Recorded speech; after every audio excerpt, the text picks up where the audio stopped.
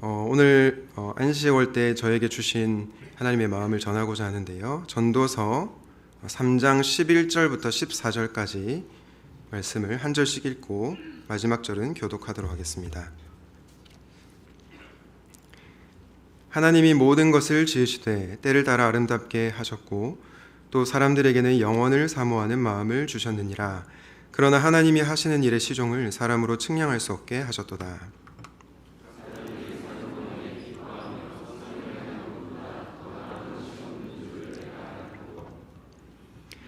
사람마다 먹고 마시는 것과 수고함으로 낙을 누리는 그것이 하나님의 선물인 줄도 또한 알았도다. 하나님께서 행하시는 모든 것은 영원히 있을 것이라. 그 위에 더할 수도 없고 그것에서 덜할 수도 없나니 하나님이 같이 행하심은 사람들이 그의 앞에서 경외하게 하려 하심인 줄을 내가 알았도다. 아멘. 잠시 기도하고 말씀 전하겠습니다. 지금도 우리와 함께 하시는 하나님, 하나님의 말씀을 수종드는 자로 말씀을 선포하게 하시고 성령 하나님께서 이 시간 역사하여 주셔서 우리의 마음 가운데 은혜의 단비를 내려주시옵소서. 말씀하실 하나님을 기대하며 우리 주 예수님의 이름으로 기도드립니다. 아멘. 오늘 말씀의 제목은 하나님의 시간 안에서입니다. 하나님의 시간 안에서. 우리가 읽진 않았지만 전도서 3장 1절 말씀에 보면 범사에 기한이 있고 천하만사에 다 때가 있다라고 얘기를 하고 있습니다. 그리고 전도서 3장 2절부터 8절까지 말씀을 보시면 다양한 때 그리고 다양한 시간이 있다라는 것을 말씀하고 있는데요. 대표적으로 제가 두 구절만 한번 읽어보도록 하겠습니다. 2절과 4절인데요. 태어날 때가 있고 죽을 때가 있으며 심을 때가 있고 심은 것을 뽑을 때가 있으며 울 때가 있고 웃을 때가 있으며 슬퍼할 때가 있고 춤출 때가 있다. 질문을 한번 드려보고 싶습니다. 여러분, 태어날 때가 좋습니까? 죽을 때가 좋습니까?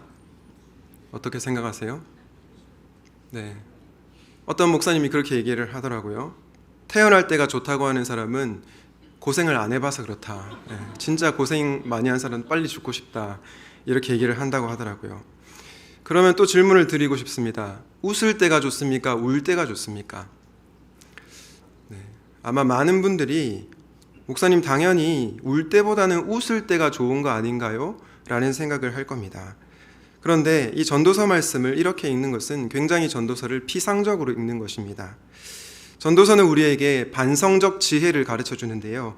이 반성적 지혜라는 것은 우리가 흔히 생각하는 상식적인 지혜를 말합니다. 예를 들면 이런 거죠.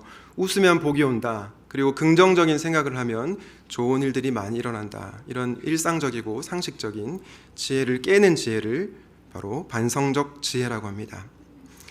전도서 7장 3절은 이렇게 우리에게 말씀하고 있습니다.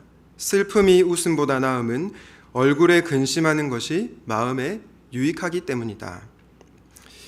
이것만 봐도 웃을 때가 울 때보다 무조건 좋다라고 말하기 어렵다는 것을 알게 됩니다. 오히려 어떤 상황에서는 우는 것이 웃을 때보다 나을 때가 있습니다. 예컨대 장례식장에 조문 갔을 때 유가족들과 함께 슬퍼하는 것이 더 나은 것이죠. 그러므로 오늘 본문을 대할 때 여러분이 이 본문을 선입견을 가지고 보지 않고 정말 하나님께서 저와 여러분에게 무슨 말씀을 하시는지 귀를 기울여 들으시면 좋겠습니다. 도대체 오늘 본문은 무엇을 말씀하실까요? 우선은 모든 때가 하나님의 적절한 때라는 것입니다. 모든 시간이 하나님의 시간이라는 것입니다. 어떤 A라는 때가 B라는 때보다 더 좋다, 나쁘다 이런 개념이 아니라는 것입니다. 모든 시간은 하나님의 시간이다. 그리고 오늘 본문은 우리에게 이렇게 말씀합니다. 영원에 잇대어 오늘을 살아라. 우리 전도서 3장 11절 앞부분을 같이 읽도록 하겠습니다. 시작. 하나님이 모든 것을 지으시되 때를 따라 아름답게 하셨고 또 사람들에게는 영원을 사모하는 마음을 주셨느니라. 여러분, 하나님께서 우리 인생들에게 어떤 마음을 주셨다고 하죠? 영원을 사모하는 마음을 주셨다. 저는 이것을 하나님을 사모하는 마음이라고도 볼 수 있다고 생각합니다. 왜냐? 하나님 그분이 영원하신 하나님이시기 때문이죠. 그리고 여러분 잘 아시는 것처럼 영생이라고 하는 것은 단지 오래 사는 것만이 영생은 아닙니다. 영생은 바로 영원하신 하나님과 관계 맺고 살아가는 것을 영생의 삶, 영원한 삶이라고 합니다. 그렇다면 여러분, 이 하나님의 시간 안에서 우리는 영원하신 하나님과 어떻게 관계 맺고 살아야 할까요? 오늘은 이 내용을 묵상하려고 하는데요. 묵상하실 때 하나님과의 깊은 교제로 들어가는 여러분 되시기를 주님의 이름으로 축원드립니다. 하나님의 시간 안에서 사는 첫 번째 방법은 바로 질문하라입니다. 질문하라. 여러분, 공부 잘하는 학생은 어떤 학생입니까? 질문하는 학생이죠. 왜냐? 질문해야 모르는 것을 배울 수 있기 때문입니다. 다 안다고 생각하는 학생은 선생님께 질문하지 않습니다. 반면에 내가 무지하다는 것을 인정한 학생, 나는 아는 것이 없다라고 생각하는 학생은 선생님께 질문을 하죠. 그런 학생이 진정한 의미의 학생이라고 할 수 있습니다. 그런데 이 공부뿐만 아니라 신앙생활도 마찬가지입니다. 믿는다는 것은 아무런 질문 없이 맹목적으로 믿는 것이 아닙니다. 하나님을 알기 위해서 우리는 끊임없이 질문을 하는 것이 필요합니다. 그리스도인이자 철학자인 강영환 교수님이 계신데요. 이분이 믿음에 관해서 세 가지가 있다고 말합니다. 첫 번째는 질문하는 믿음, 두 번째는 응답하는 믿음, 마지막은 실천하는 믿음입니다. 아마도 응답하는 믿음과 실천하는 믿음은 여러분들이 낯설지가 않을 것 같아요. 그런데 질문하는 믿음, 이 말을 들으면 좀 생경하게 다가올 겁니다. 왜냐하면 많은 분들이 믿음하면 묻지도 따지지도 않고 그냥 받아들여야 하는 거로 오해를 하기 때문입니다. 그런데 말씀드린 것처럼 그것은 믿음이 아니라 맹목이라고 할 수 있습니다. 신앙생활에서 질문이 중요한 이유는 우리가 하나님을 잘 모르기 때문이고 하나님이 하시는 일을 잘 모르기 때문입니다. 그래서 질문을 하는 것은 너무나도 중요합니다. 우리 전도서 3장 11절 하반절 말씀을 다 같이 한번 읽어보도록 하겠습니다. 시작. 그러나 하나님이 하신 일의 시종을 사람으로 측량할 수 없게 하셨도다. 전도자가 뭐라고 얘기하냐면 하나님이 하신 일의 시종, 처음과 끝을 인간이 측량할 수 없게 하셨다. 무슨 말입니까? 우리는 다 안다고 생각하지만 실상 하나님이 하신 일을 다 알 수 없다라고 말씀하고 있는 것입니다. 그래서 우리는 하나님께 질문을 해야 하는 것입니다.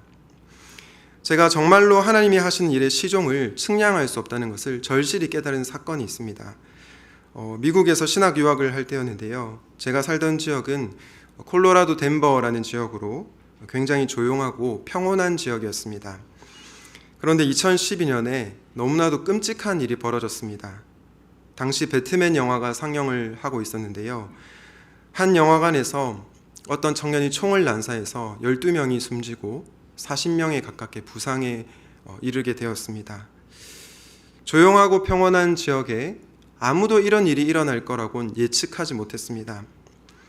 그런데 당시 제가 다닌 신학교에 전도사님 친구분이 그때 그 시간에 영화관에 있었습니다. 그분이 당시 머리에 총을 맞았는데요. 모두가 그분이 죽었을 것이라고 생각했습니다. 그런데 병원에 실려갔는데 의식이 있는 거예요. 검사해 본 결과 놀라운 사실을 알게 됐는데요. 이분 뇌 속에 선천성 기형이 있는데 그 기형 때문에 머릿속에 건강을 유지하기 위해서 액포를 넣어놨다고 합니다. 그런데 거짓말같이 뇌에 박힌 총알이 정확히 그 액포 안에 들어가게 됐고 그래서 의식을 잃지 않고 살아날 수 있게 된 것입니다. 그 일로 인해서 교회의 모든 사람들이 기뻐하고 하나님의 은혜라고 고백을 했습니다. 그런데 그 기쁨도 잠시 총을 맞고 살아난 분의 어머니께서 이 사건이 일어난 지 얼마 되지 않아서 갑작스럽게 하늘나라로 가셨습니다. 그분이 되게 건강하신 분이셨는데 갑작스럽게 하늘나라로 가시게 되었습니다. 저는 이 사건을 지켜보면서 정말 인생은 알 수 없다라는 생각이 들었습니다. 당연히 죽었을 거로 생각했던 그분은 살아났고요. 그리고 당연히 오래오래 살 거라고 생각했던 그 어머니는 갑작스럽게 소천하셨기 때문이죠. 이걸 보면서 정말 인간은 하나님이 하신 일의 시종을 측량할 수 없구나라는 생각을 하게 되었습니다. 아마 총을 맞고 살아난 그분은 하나님께 이렇게 질문했을 것 같습니다. 하나님, 저를 도대체 왜 살려주신 것입니까? 그리고 왜 저희 어머니는 그렇게 갑자기 데려가신 것입니까? 많은 분들이 이런 극적인 경험을 하고 살아가는 것은 아니지만 저와 여러분 모두 소소하게나마 예측할 수 없는 일상을 살아가고 있습니다. 때로는 하나님께서 왜 내 삶에 이런 일을 허락하시는가 질문할 때가 있습니다. 그래서 우리가 이런 때에 그냥 무턱대고 믿는 것이 아니라 하나님께 질문을 하는 것이 필요하다는 것입니다. 여러분, 욥기의 말씀에서 욥과 욥의 세 친구의 차이가 무엇인지 아십니까? 저는 질문이라고 생각합니다. 욥의 세 친구들은 하나님께 질문하지 않았습니다. 왜냐? 그들에게는 이미 그들의 신학이 있었기 때문이죠. 경건하게 사는 사람은 복을 받고 그렇지 않은 사람은 벌을 받는다. 그 신학이 있었기 때문입니다. 그래서 하나님께 그들은 질문하지 않았습니다. 오히려 욥을 정죄하기만 했습니다.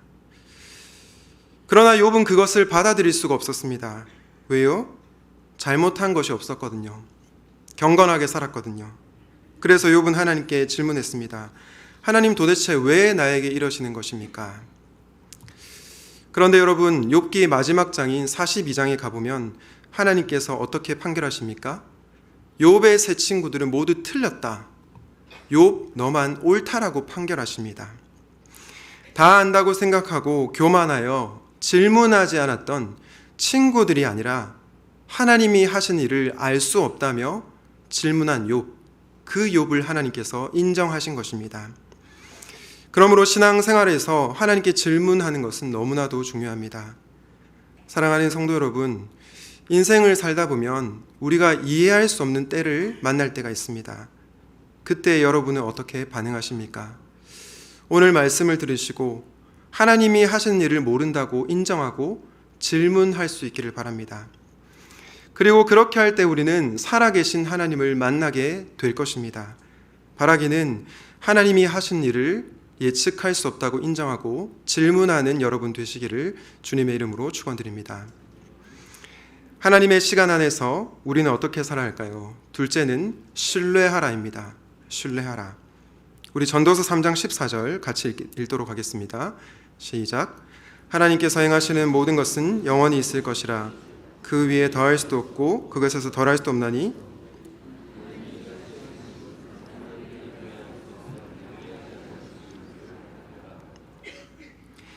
전도자가 뭐라고 하죠? 하나님이 하시는 모든 일은 영원히 있을 것인데 인간들이 보탤 수도 없고 뺄 수도 없다고 합니다. 한마디로 인간이 하나님의 일을 방해할 수 없다는 것입니다. 그 어떤 힘이 있는 사람도, 그 어떤 권력자도 하나님의 일을 방해할 수 없다는 것입니다. 그런데 그 목적이 무엇 때문이라고요? 바로 하나님을 경외하게 하기 위해서라고 얘기합니다. 이 시점에서 다시 전도서 3장 앞부분을 좀 생각해 보면 좋겠는데요. 우리는 전도서 3장 앞부분을 통해 태어날 때가 있고 죽을 때가 있다, 울 때가 있고 웃을 때가 있다라는 말씀을 보았습니다. 그런데 이런 때와 날들을 여러분 통제할 수 있나요, 없나요? 통제할 수 없습니다. 하나님이 하시고자 하는 일들, 하나님이 허락하신 날들을 우리가 어떻게 할 수 없다는 것입니다. 그런데 그 목적이 무엇 때문이라고요? 하나님을 경외하게 하기 위해서라고 얘기합니다. 그런데 여러분, 이 경외의 뜻이 무엇입니까? 사전적인 의미는 존경하고 두려워하다라는 의미인데 저는 경외를 신뢰로도 바꿀 수 있다고 생각합니다. 왜냐? 하나님을 경외하는 자는 그분의 말씀에 순종하는데 말씀에 순종하려면 하나님을 신뢰하는 것이 필요하기 때문입니다. 이 하나님을 신뢰하는 데 있어서 중요한 것은 무엇일까요? 바로 내 생각보다 하나님의 생각이 지혜롭다는 것을 인정하는 것이 중요합니다. 내 뜻보다 그분의 뜻이 옳다는 것을 받아들이는 것이 필요합니다. 그런데 저와 여러분 모두 이게 쉽지 않죠. 대부분의 사람들은 내가 원하는 뜻, 내가 원하는 생각대로 되어야 한다라고 그렇게 생각하기 때문입니다. 여러분, 우리가 하나님보다 더 의지하고 사랑하는 것을 두 글자로 뭐라고 하죠? 우상이라고 합니다. 이 우상 중에 어떤 것들이 있습니까? 돈, 성공, 명예, 사랑, 인정 욕구 뭐 이런 것들이 있죠. 그런데 이 우상도 있습니다. 바로 타이밍이라고 하는 우상입니다. 이게 무슨 말이냐면 하나님보다 나의 타이밍을 더 우선순위에 두는 것입니다. 취업을 준비하는 학생이 있습니다. 이 학생이 이렇게 생각하는 거죠. 내가 올해 말에 졸업하고 내년 초에는 반드시 취업을 한다. 사업을 하는 사장님이 있습니다. 이분은 이렇게 생각합니다. 내가 내년 3월에 원하는 곳에서 사업을 시작하고 2년 안에는 내가 원하는 돈을 거머쥔다. 이렇게 생각을 합니다. 여러분, 이런 생각은 좋은 생각입니다. 왜냐하면 우리가 열심히 살아갈 수 있도록 만드는 원동력이 되기 때문이죠. 아무런 생각 없이, 아무런 계획과 대책 없이 살아서는 안 됩니다. 오히려 철저하게 계획하고 그 계획대로 실행하는 삶이 우리 하나님이 기뻐하시는 삶입니다. 그런데 이런 생각 자체가 문제가 아니라 내가 생각한 대로 반드시 이루어져야만 한다고 생각하는 것, 그리고 내가 원하는 타이밍에 그 일이 되어야 한다라고 생각하는 것, 그리고 그렇게 되지 않을 때 하나님께 원망하고 불평하는 것이 문제가 된다는 것입니다. 사실 하나님의 시간표 안에서 내가 원하는 때에 어떤 일이 이루어질 수도 있고 안 이루어질 수도 있지 않습니까? 그런데도 많은 경우 대부분의 사람들은 이 타이밍에 꼭 이것이 이루어져야 한다고 생각을 합니다. 그리고 그렇게 되지 않을 때 하나님께 서운해하죠. 그래서 타이밍도 우상이 될 수 있다는 것입니다. 저는 대학을 졸업한 뒤 3년 정도 직장 생활을 했는데요. 직장 생활을 하다가 목회로의 부르심을 받고 신학교에 준비하려고 준비를 했었습니다. 그런데 아무리 열심히 준비해도 오랜 시간 합격이 잘 되지 않는 것입니다. 당시에 저는 이해할 수 없었습니다. 왜냐하면 제가 정말 최선을 다해서 공부했고 또한 하나님께 합당한 기도를 드린다고 생각했기 때문이죠. 당시 저는 이렇게 기도했습니다. 하나님, 저를 신학교에 보내어 주시면 건강한 한국교회를 세우기 위해 저의 삶을 드리겠습니다.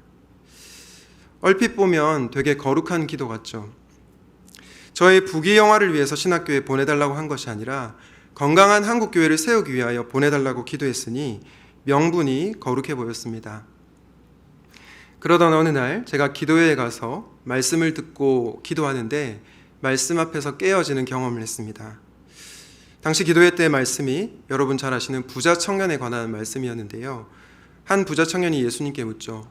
선생님, 어떻게 해야 제가 영생을 얻을 수 있습니까? 그때 예수님께서 모든 계명을 지켜라. 그렇게 말씀하시자 이 부자 청년이 예수님, 저는 어려서부터 모든 계명을 다 지켰습니다. 라고 대답을 합니다. 그러자 예수님께서 그러면 네가 가진 재산을 다 팔아서 가난한 사람들에게 나눠주라고 하십니다. 그때 이 부자 청년이 어떻게 합니까? 근심하면서 돌아갔다라고 얘기합니다.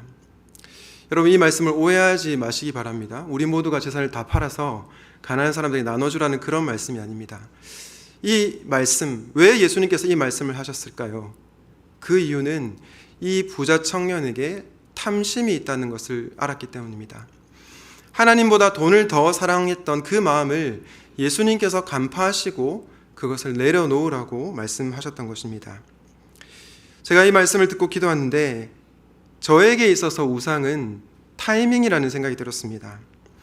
부자 청년에게는 돈과 탐심이 우상이었지만 저에게는 저의 타이밍이 우상이라는 깨달음이 찾아왔습니다.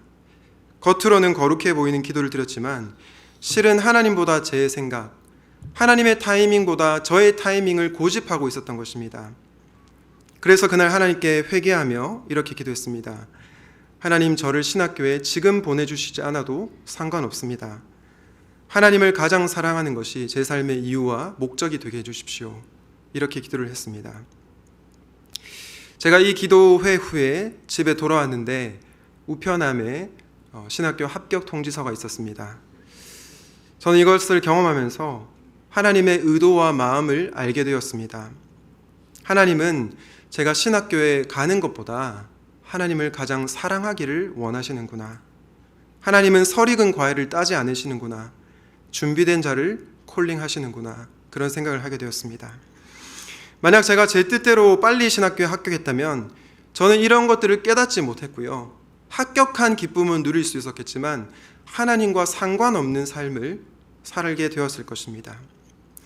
이 경험을 하면서 내 생각보다 하나님의 생각, 나의 타이밍보다 하나님의 타이밍이 정확하고 옳다라는 것을 겸손하게 인정할 수밖에 없었습니다. 사랑하는 성도 여러분, 우리 삶에 때로는 태어날 때가 있고 죽을 때가 있습니다. 울 때가 있고 웃을 때가 있습니다. 중요한 건 무엇입니까? 내가 원하는 때를 달라고 관철하는 기도를 드리는 것이 아니라 어떤 때를 지나더라도 그분을 신뢰하게 하여 주시옵소서, 하나님의 말씀에 순종하게 하여 주시옵소서, 그 기도를 드리는 것이 중요하다는 것입니다.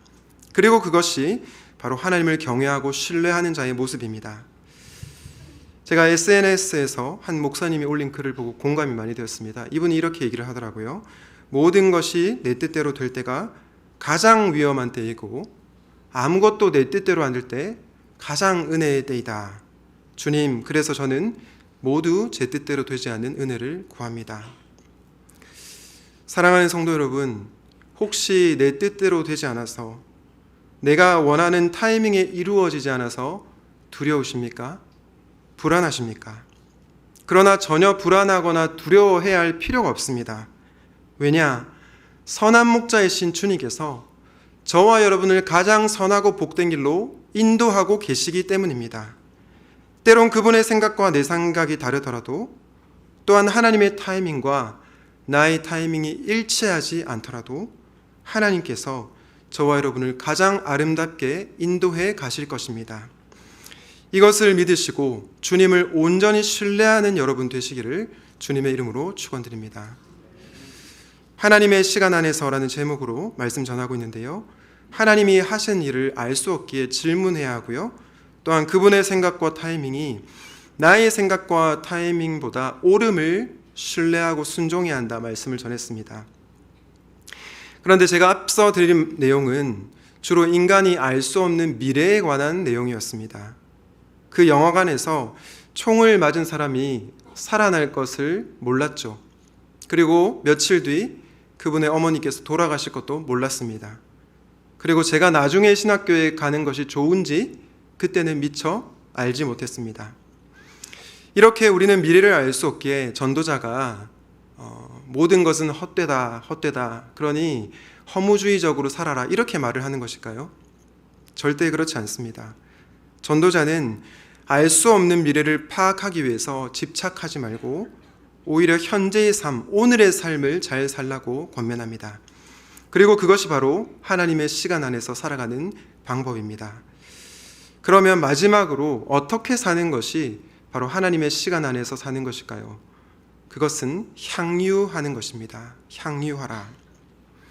향유라는 단어가 좀 어려운 단어인데, 쉽게 얘기하면 어떤 대상이나 어떤 사건을 즐거워하고 누리라는 것입니다.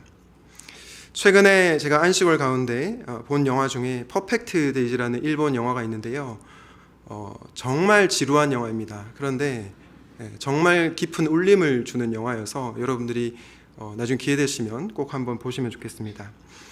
화면에 나오는 이 영화인데요, 영화의 주인공인 히라야마의 일상을 보면 향유하는 인생이 저런 것이구나 라는 것을 알게 됩니다. 주인공은 일본의 공공환경미화원인데 정말 평범한 일상을 살아갑니다.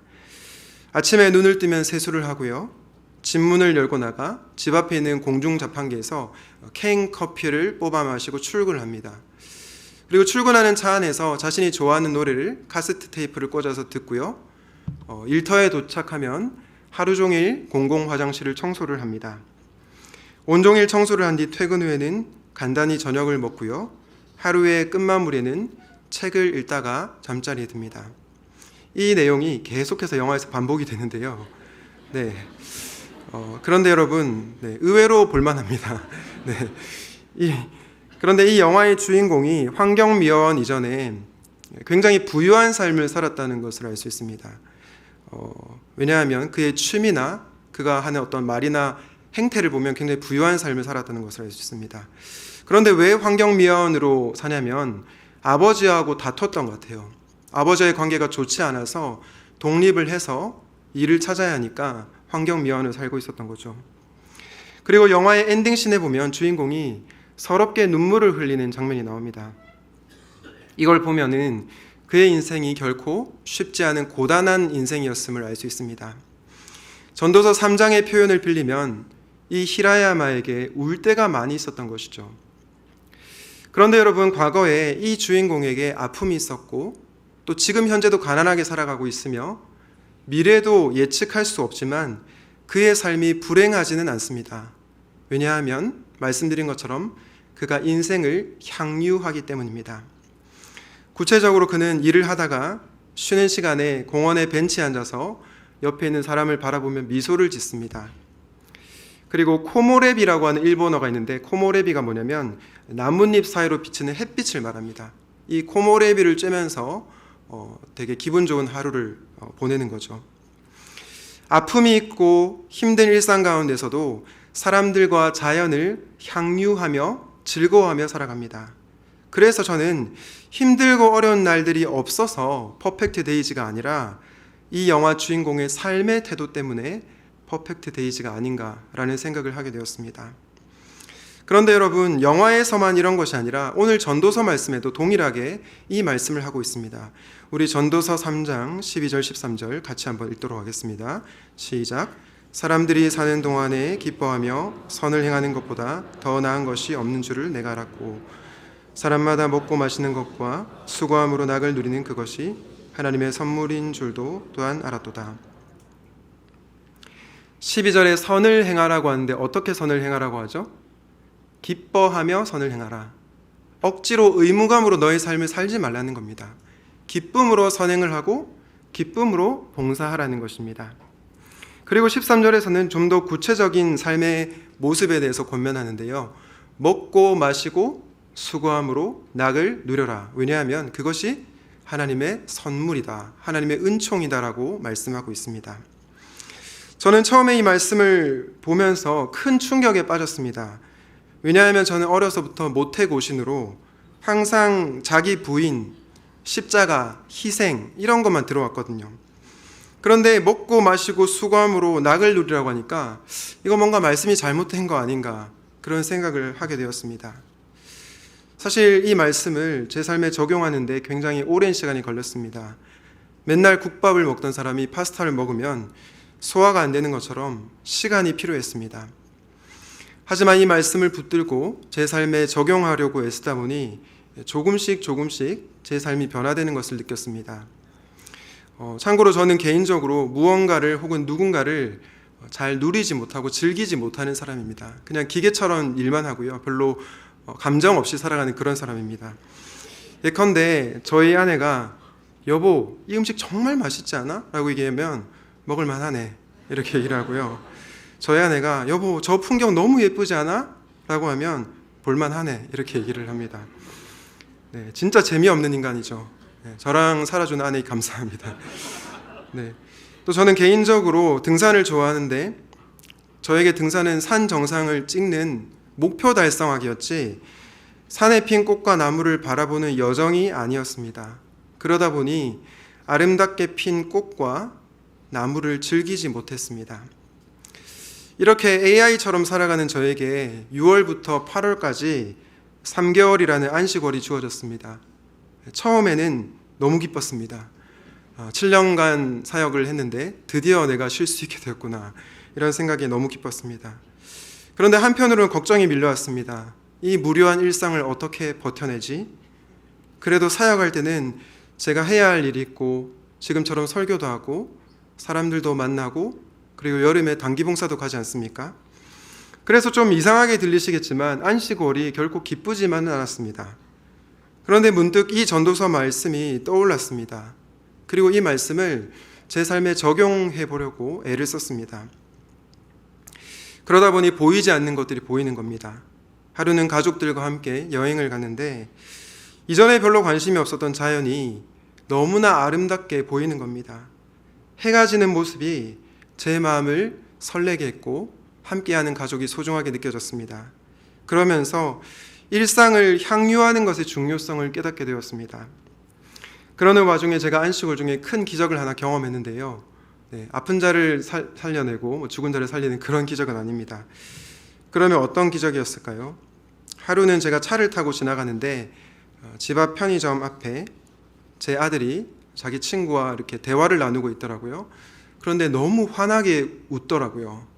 그 모습을 봤는데 갑자기 제 눈에서 눈물이 흘렀습니다. 갱년기인가? 아니면 제 아들이 저한테는 안 웃어주는데 걔한테는 환하게 웃어서 상처받았나? 이런 생각을 했습니다. 여러분, 그런데 눈물을 흘린 이유를 깨닫게 되었습니다. 아이의 미소를 바라보는데 자녀를 향한 하나님의 마음이 느껴졌기 때문입니다. 스바냐 3장 17절에 하나님께서 그분의 백성, 그분의 자녀로 말미암아 기쁨을 이기지 못한다, 기쁨을 주체할 수 없다라고 말씀하고 있는데, 그 하나님의 마음이 아이를 바라보는 순간 느껴진 것이죠. 그래서 그 순간이 제 인생에 있어서 가장 경이로운 순간이 되었습니다. 사실 이전에는 분주하게 살면서 아이의 미소를 향유하지 못했습니다. 그저 분주하게 앞으로 나아가기만 했을 뿐 웃고 있는 아이의 미소를 놓치고 살았습니다. 그래서 저는 그 순간이 적어도 저에게는 기적의 순간이라고 생각합니다. 흔히 사람들은 일상에서 벗어나는 일, 일상을 초월하는 일을 기적이라고 부릅니다. 하지만 그것만이 기적은 아닙니다. 지난주에 김영환 목사님께서 간증하신 것처럼 반복되는 평범한 일상 가운데 하나님의 은총을 깨닫는 것, 지극히 사소한 순간이라도 그 순간을 향유하는 것, 그게 바로 기적입니다. 저는 이런 관점에서 기적을 경험했다고 생각합니다. 아바를 사랑하는 아들이란 책이 있는데 이 책에 보면 이런 글이 나옵니다. 친구야, 네가 천국에 가면 하나님은 네가 지상에 사는 동안 기도는 몇 번을 했니? 영혼은 몇 명이나 구제했니라고 묻지 않으실 거야. 다만 화있다, 멕시코 음식이죠. 화있다는 맛있게 먹었니라고 물으실 거야. 하나님은 우리가 순간의 아름다움에 살기를 원하신단다. 여러분, 이 말을 오해하셔서 기도를 안 하고 영혼권 안 하시면 안 됩니다. 여러분, 이 말이 무슨 말입니까? 그만큼 우리의 일상이 소중하다는 것입니다. 그리고 하나님께서는 우리가 그 일상을 향유하기를 원하신다는 것입니다. 그러므로 사랑하는 여러분, 잘 먹고 잘 마시는 것이 진짜 영성입니다. 수고함으로 낙을 누리는 것이 참된 경건이고요. 하나님이 나에게 주신 선물들을 향유하는 것이 아름다운 신앙입니다. 그러므로 분주한 삶 가운데서도 잠시 멈춰서 하나님이 허락하신 선물들을 돌아보시기 바랍니다. 먹고 마시고 수고함으로 낙을 누리십시오. 하나님이 만드신 자연을 바라보며 경탄하십시오. 하나님께서 여러분에게 주신 가족, 목장 식구들, 직장 동료들을 소중히 여기며 그들을 따뜻한 눈빛으로 환대해 주십시오. 그렇게 우리가 일상을 향유할 때 하나님은 자녀인 저와 여러분을 보시며 크게 기뻐하실 것입니다. 바라기는 오늘 이 순간, 지금의 이 일상을 향유하며 살아가는 인생들 되시기를 주님의 이름으로 축원드립니다. 말씀을 맺겠습니다. 저는 우리가 살아가면서 늘 이 질문 두 가지를 던지며 살아야 한다고 믿습니다. 첫 번째는 어떤 질문이냐면, 하나님은 지금 이때에 무엇을 하고 계시는가? 내가 어떤 때를 지나든지 간에 하나님은 나에게 무엇을 행하고 계시는가? 그리고 두 번째는 나는 그 하나님께 어떻게 반응할 것인가? 사랑하는 여러분, 저와 여러분 모두는 하나님의 시간 안에서 살아가고 있습니다. 물론 그 시간은 기쁘고 감사하고 행복한 시간일 때도 있지만 때로는 무료한 시간일 수도 있겠고 또 때로는 지루하고 또 힘든 시간일 수 있습니다. 불안하고 두려운 시간일 수도 있겠고 심지어 삶의 모든 것을 다 내려놓고 포기하고 싶을 정도로 고통스러운 시간일 수 있습니다. 그러나 전도서가 말씀하기를 모든 시간은 하나님의 시간이고 하나님은 지금도 저와 여러분과 함께 하고 계시다는 것입니다. 혹시라도 인생의 힘든 시기를 지나고 있는 분들이 계시다면 하나님께 거침없이 질문하시기 바랍니다. 하나님은 질문을 좋아하시고 여러분들이 질문하실 때 그분께서 대답을 하실 것입니다. 또한 나의 생각과 나의 타이밍보다 그분의 생각과 타이밍을 신뢰할 수 있기를 바랍니다. 나아가 통제할 수 없는 미래로 인해서 불안해하거나 염려하지 마시고 하나님께서 여러분에게 허락하신 오늘 하루를 향유할 수 있기를 바랍니다. 그렇게 하나님의 시간 안에서 지혜롭게 반응하며 살아가는 저와 여러분이 되시기를 예수님의 이름으로 축원드립니다. 아멘. 오늘 말씀을 기억하면서 모든 걸음 대신에 함께 찬양하도록 하겠습니다. 지금도 시간을 통해서 일하시는 하나님, 모든 시간이 하나님의 시간임을 믿음으로 고백합니다. 그러나 너무나 힘겨운 시간을 보내고 있는 성도님들, 질문조차도 할 수 없어서 신음하고 있는 성도님들을 주님께서 방문하여 주셔서 하늘의 위로로 덮어주시옵시고, 질문할 수 있는 용기가 생겨난다면 하나님께 질문할 때 하나님께서 그들의 인생에 하나님의 얼굴을 보여주심으로 세상이 줄 수 없는 위로를 경험하게 하여 주시옵소서. 아버지 하나님, 내 생각과 나의 타이밍이 옳다는 고집을 내려놓게 하여 주시옵시고, 하나님의 인도하심이 가장 정확하고 가장 아름다운 것임을 신뢰하며 하나님의 타이밍에 우리의 인생을 전적으로 맡겨드리는 인생들 살아가게 하여 주시옵소서. 하나님, 이 땅에서 살아가는 많은 가장들, 또한 분주한 삶을 살아가며 쫓기는 현대인들, 일상을 향유하지 못하고 피로사회에서 그저 기계처럼 살아가고만 있습니다. 하나님, 이들에게 삶의 여유를 허락하여 주시옵시고, 분주한 삶 가운데서도 하나님께서 우리에게 허락하신 선물들을 향유할 수 있는 믿음을 허락하여 주시옵소서. 하나님께서 우리에게 주신 물질의 주인이 주님이심을 고백하고 그대로 돌려드립니다. 혹시라도 재정적으로 어려워 물질을 드리지 못한 성도님들 계시다면 일용할 양식으로 공급하여 주시고, 또한 재정이 많은 분들에게는 더 나눌 수 있는 마음의 여유 또한 허락하여 주시옵소서. 주 예수 그리스도의 은혜와 하나님의 사랑과 성령의 교통하심이 하나님의 시간 안에서 질문하고 신뢰하고 향유하며 살아가기를 소원하는 모든 성도들 가운데 지금부터 영원토록 함께 있을지어다. 아멘.